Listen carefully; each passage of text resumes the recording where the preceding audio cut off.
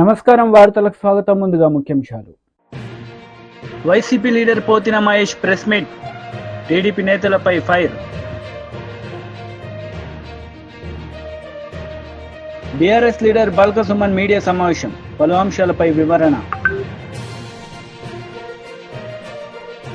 BJP leader media సమావేశం నిర్వహించారు. ఈ సందర్భంగా పలు అంశాలపై ఆయన మాట్లాడారు.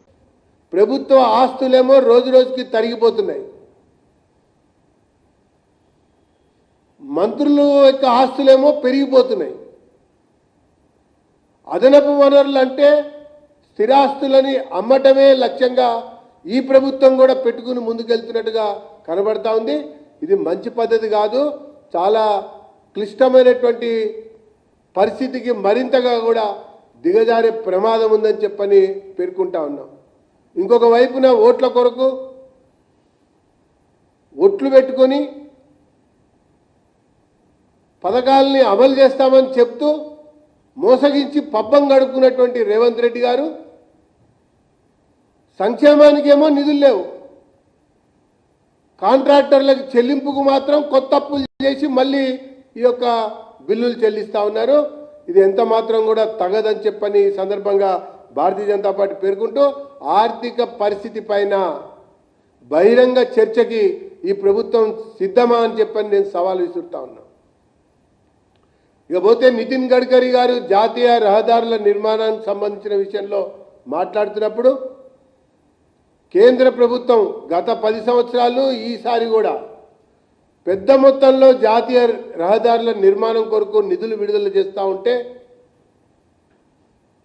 కొత్త కొత్త ప్రాజెక్టులు టేకప్ చేసి ముందుకు వెళ్తూ ఉంటే భూసేకరణని మాత్రం నీరు గారుస్తూ ఉందని, భూసేకరణలో సహాయ నిరాకరణ చేస్తూ ఉందని చెప్పని ట్రిబుల్-ఆర్కి సంబంధించినటువంటి విషయం కావచ్చు, మిగతా దానికి సంబంధించినటువంటి అంశంలో రహదారుల విషయంలో వారు తీవ్ర ఆవేదన వెలుబుచ్చారన్నటువంటి విషయాన్ని నేను మీకు ఈ సందర్భంగా తెలియజేసుకుంటూ ఆ రకంగా జాప్యం, ఆ రకంగా సహాయ నిరాకరణ వల్ల ప్రాజెక్టుల కాస్ట్లు కూడా పెరిగేందుకు అవకాశం ఏర్పడుతోందని చెప్పని వారు అభిప్రాయపడ్డారని చెప్పని నేను తెలియజేస్తున్నాను.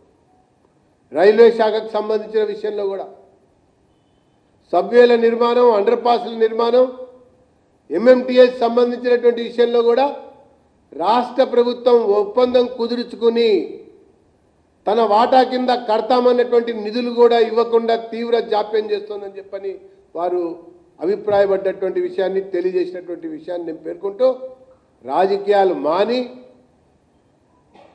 అభివృద్ధి మీద దృష్టి సారించి పెండింగ్లో ఉన్నటువంటి పనులు వేగవంతం చేయడం కొరకు రేవంత్ ఢిల్లీ వెళ్ళటం మాని హైదరాబాద్లో కూర్చుని సమీక్షలు చేయాలి. ఆ రకంగా మరి కేంద్ర ప్రభుత్వానికి సహకరించి ఆ పనులు పురోగతికి కృషి చేస్తే బాగుంటుందని చెప్పని నేను ఈ సందర్భంగా మరి తెలియజేస్తా ఉన్నా. ఇకపోతే పవర్ పర్చేజ్ సంబంధించినటువంటి విషయంలో జస్టిస్ నరసింహారెడ్డి గారు విచారణ సంఘం జరుగుతూ ఉంది, విచారణ జరుపుతూ ఉన్నారు. నేను ప్రత్యేకంగా వారిని కోరుతా ఉన్నా, మరో వారం రోజుల పాటు గడువు పొడిగించాలని చెప్పని నేను విజ్ఞప్తి చేస్తా ఉన్నా. ముఖ్యమైనటువంటి అంశం ఏంటంటే రాష్ట్రం ఏర్పడ్డటువంటి కొత్త సమయంలో ఈ ఒప్పంద పత్రాలు, ఈ అగ్రిమెంట్స్ లో అక్రమాలు జరిగి బీఆర్ఎస్ లీడర్ మీడియా సమావేశం నిర్వహించారు. ఈ సందర్భంగా పలు అంశాలపై ఆయన మాట్లాడారు. మాట్లాడే ముందు, చెప్పే ముందు ఆలోచన చేయాలి ముఖ్యమంత్రి గారు. గవర్నమెంట్ అనేది డెఫినెట్గా అది ఒక continuous process. Government is continuous process. Individuals will come and go. కాకపోతే సిస్టమ్ కానీ, డెమోక్రసీ కానీ, కాన్స్టిట్యూషన్ కానీ ఇవన్నీ లైవ్లో ఉంటాయి.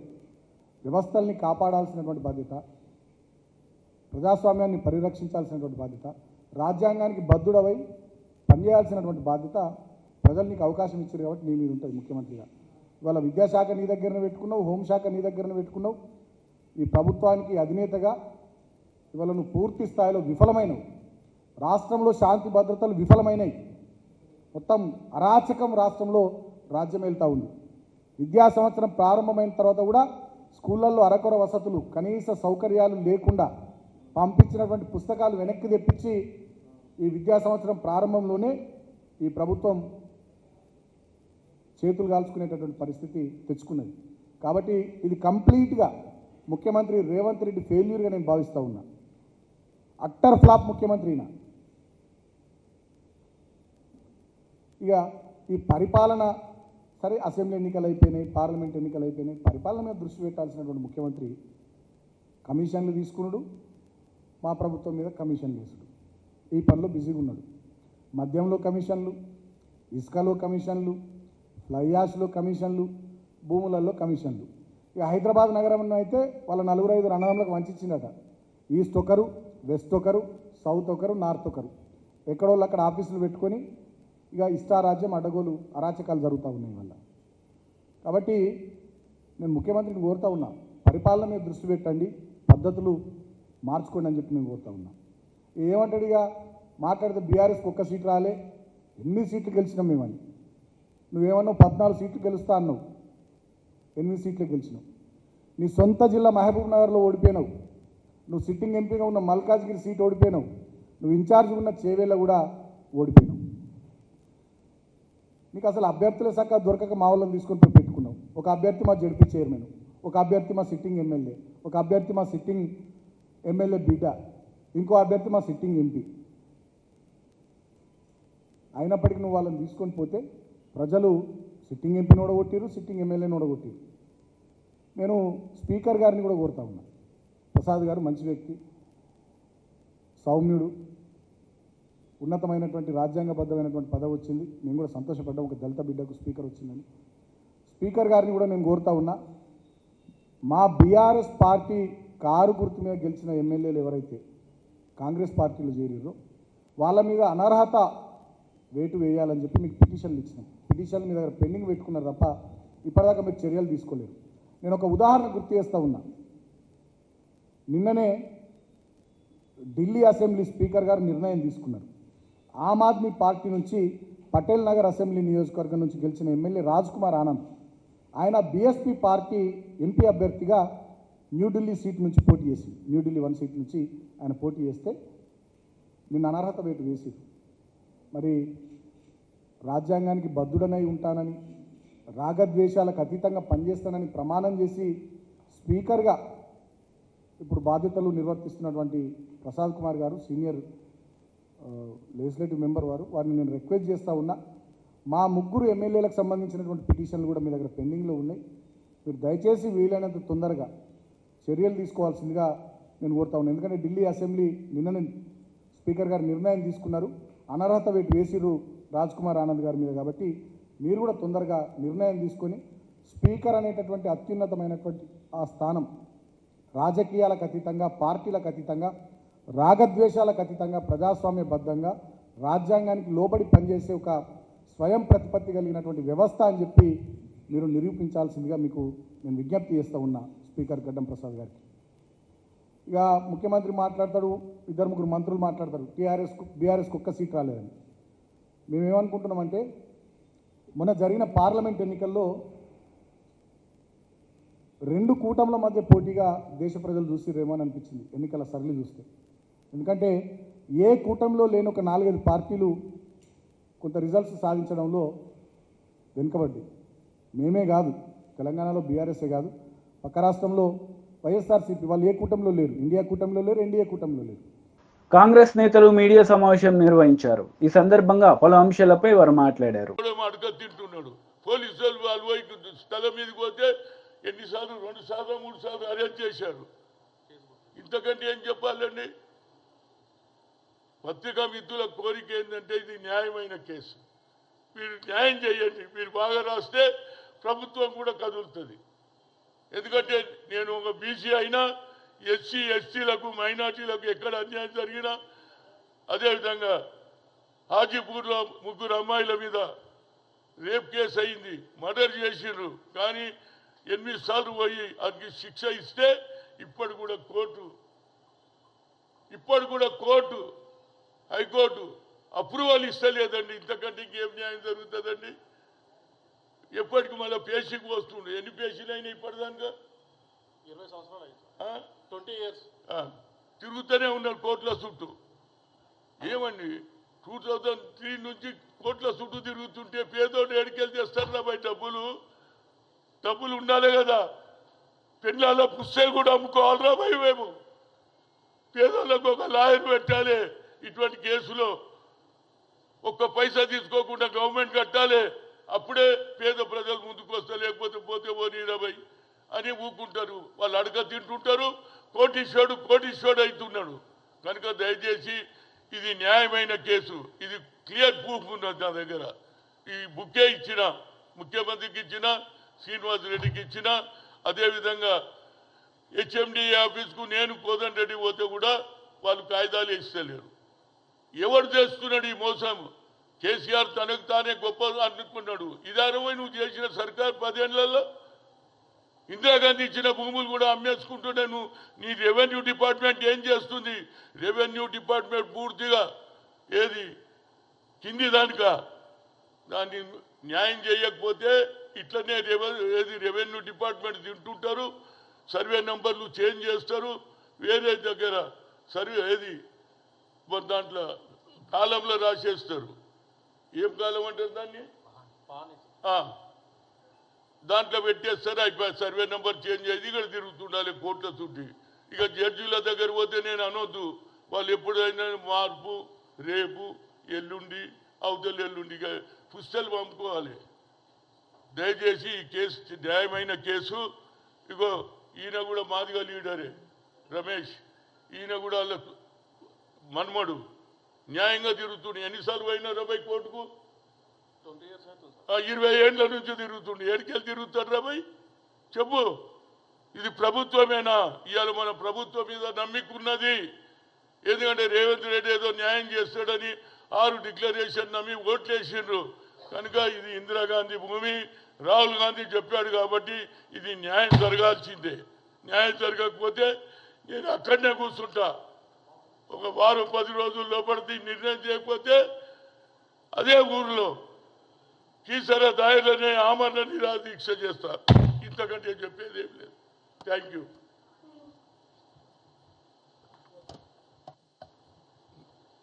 ఈ బుక్ ఉండదు నా దగ్గర.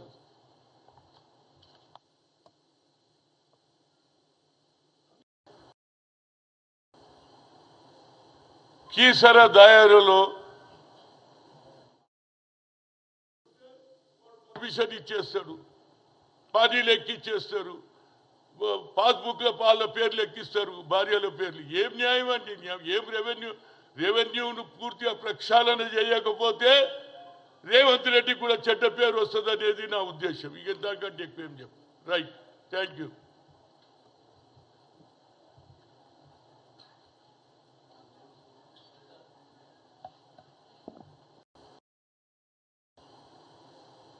కీసర దాయరులో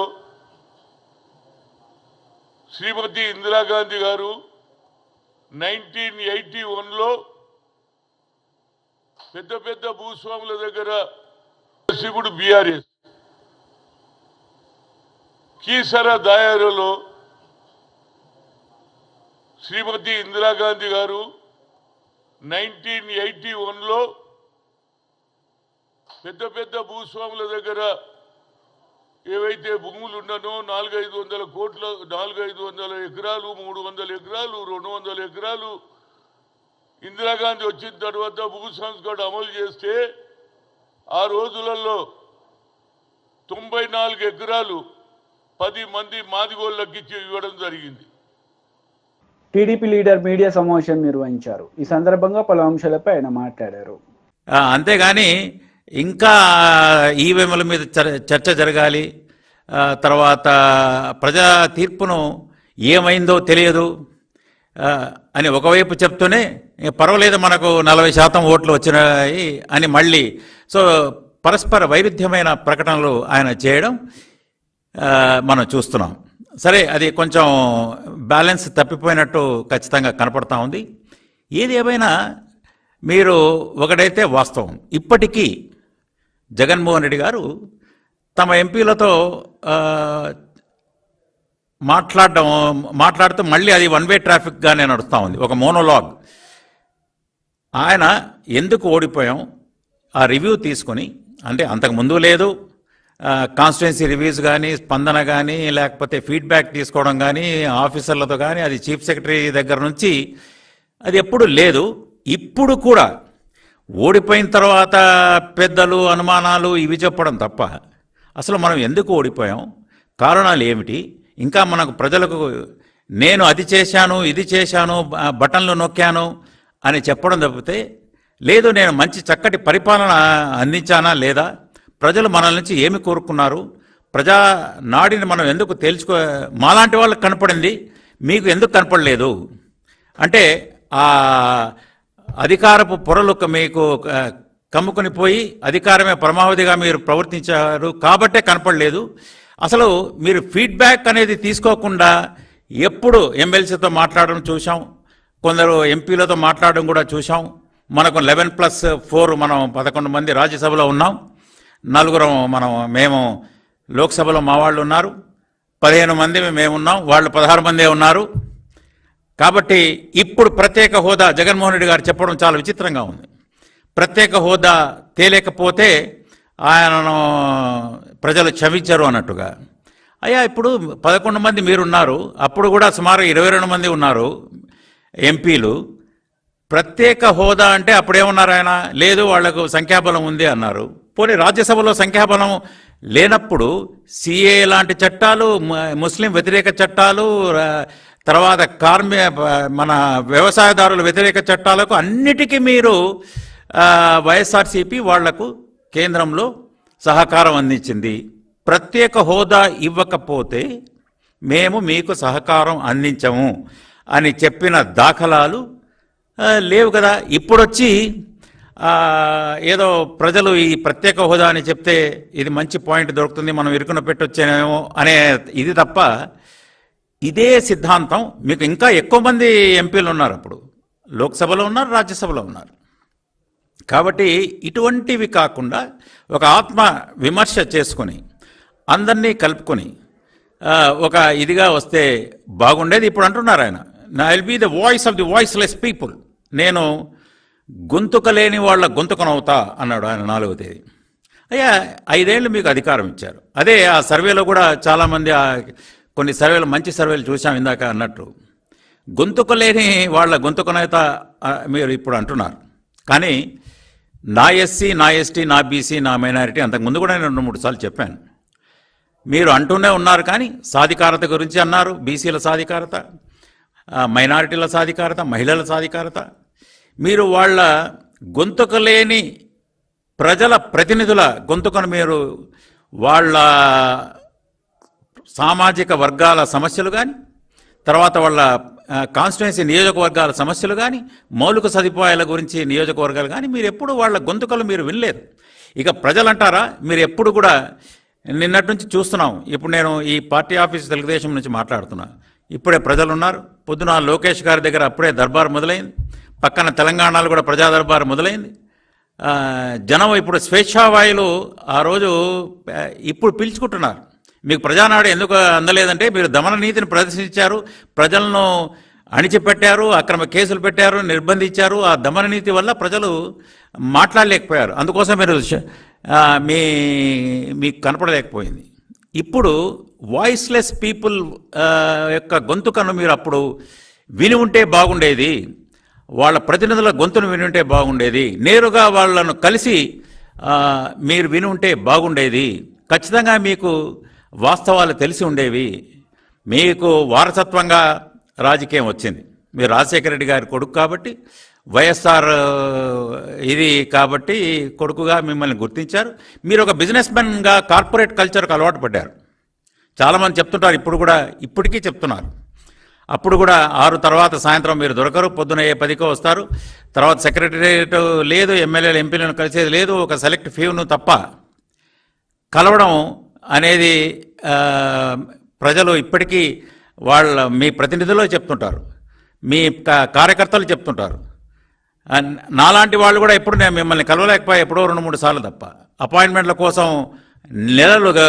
రోజులు కాదు నెలలు. YCP leader Pothina Mahesh media సమావేశం నిర్వహించారు. ఈ సందర్భంగా పలు అంశాలపై ఆయన మాట్లాడారు. ఉప ముఖ్యమంత్రి పదవుల్ని మీరిద్దరికి కేటాయించారు. ఒకటి నిమ్మకాయల చినరాజప్ప గారు కాపు సామాజిక వర్గం, కె కృష్ణమూర్తి గారు బీసీ గౌడ్ సామాజిక వర్గానికి ఇచ్చారు. మీ తర్వాత జగన్మోహన్ రెడ్డి గారు సామాజిక న్యాయం పాటిస్తూ మీకన్నా మిన్నగా మీరిద్దరికిస్తే జగన్మోహన్ రెడ్డి గారు 10 మందికి ఉప ముఖ్యమంత్రి పదవులు ఇచ్చారు. ఆయన 5 ఏళ్ల పాలనలో బీసీ, ఎస్సీ, ఎస్టీ, ముస్లిం, కాపు వర్గాలకి ఉప ముఖ్యమంత్రి పదవులు ఇచ్చి ఆ సామాజిక వర్గాల ఆత్మ గౌరవాన్ని పెంచారు, సామాజిక న్యాయం చేశారు. సోషల్ ఇంజనీరింగ్ లో ఆయన విప్లవాత్మకమైనటువంటి మార్పులు తెచ్చేటువంటి ప్రయత్నం చేశారు. మీరు అంతకన్నా మిన్నగా చేయాలి. కానీ బీసీ, ఎస్సీ, ఎస్టీ, ముస్లిం వర్గాలకి ఉప ముఖ్యమంత్రి పదవులు ఇవ్వకుండా కేవలం పవన్ కళ్యాణ్ గారికి మాత్రమే ఉప ముఖ్యమంత్రి పదవి ఇచ్చి బీసీలని, ఎస్సీలని, ఎస్టీలని, ముస్లింలని మీరు అవమానించిన మాట వాస్తవం. ఈ వర్గాలకి కేబినెట్ కూర్పులో ఉప ముఖ్యమంత్రి పదవులు ఎందుకు ఇలా? గతంలో మీరు ఒక బీసీకి, ఒక కాపు సామాజిక వర్గానికి చెందిన వారికి ఉప ముఖ్యమంత్రి పదవి ఇచ్చారు కదా. మీకన్నా మిన్నగా జగన్మోహన్ రెడ్డి గారు మరి 10 మందికి ఉప ముఖ్యమంత్రి పదవులు ఇచ్చారు. బీసీ, ఎస్సీ, ఎస్టీ, ముస్లింలని గౌరవించారు, సామాజిక న్యాయం చేశారు. కానీ మీరు మాత్రం అధికారం చేపట్టినటువంటి మొదటి రోజే సామాజిక మోసం చేశారు. బీసీ, ఎస్సీ, ఎస్టీ, ముస్లింలకి ఎందుకు ఉప ముఖ్యమంత్రి పదవులు ఇవ్వలేదో మీరు ఈ రోజున రాష్ట్రంలో ఉండేటువంటి ఈ వర్గాలందరికీ కూడా సమాధానం చెప్పాలి. మీరు కష్టకాలంలో ఉన్నప్పుడు, మీ పార్టీల్ని మొయ్యాల్సి వచ్చినప్పుడు, మీరు ఇబ్బందుల్లో ఉన్నప్పుడు, మీకేమో కేసులు పెట్టించుకోవాల్సి వచ్చినప్పుడు బీసీలు, ఎస్సీలు, ఎస్టీలు, ముస్లింలు, కాపులు అందరూ కావాలి మీకు. కానీ అధికారంలోకి వచ్చినప్పుడు మాత్రం ఈ వర్గాలకి ఎందుకు సముచిత స్థానం కేటాయించలేదు? దీనికి సమాధానం చెప్పండి. జగన్మోహన్ రెడ్డి గారి కన్నా మిన్నగా మీరు సామాజిక న్యాయం చేయాలి అంటే మీరు అంతకు మించి కేబినెట్ లో బీసీ, ఎస్సీ, ఎస్టీ, ముస్లింలకి స్థానాలు కేటాయించాలి. కేటాయించకుండా ఉప ముఖ్యమంత్రి హోదానే ఈ వర్గాలకు ఇవ్వలేదంటే మీరు బీసీ, ఎస్సీ, ఎస్టీ, ముస్లింలని అవమానించినట్టే కదా. ఈ విషయం మీద మీరు రాష్ట్ర ప్రజలకితో పాటు ఈ వర్గాలకు కూడా సమాధానం ఇవ్వాలని మేమైతే డిమాండ్ చేస్తాను. జగన్మోహన్ రెడ్డి గారు చేసినటువంటి అద్భుతమైనటువంటి సామాజిక మార్పు, సామాజిక న్యాయాన్ని ఇప్పటికైనా సరే బీసీ, ఎస్సీ, ఎస్టీ, ముస్లింలు, కాపులు గుర్తించాలి. అత్యధిక స్థానాలు కాపు సామాజిక వర్గాన్ని కూడా కేటాయించింది జగన్మోహన్ రెడ్డి గారు అన్న వాస్తవాన్ని వార్తలు ముగించే ముందు ముఖ్యాంశాలు మరోసారి. YCP leader Pothina Mahesh press meet, TDP నేతలపై fire. BRS leader Balka Suman media సమావేశం, పలు అంశాలపై వివరణ. ఈ వార్తలు ఇంతటితో సమాప్తం. తిరిగి ప్రసారమయ్యే వార్తల్లో మళ్ళీ కలుద్దాం. అంతవరకు సెలవు. నమస్తే.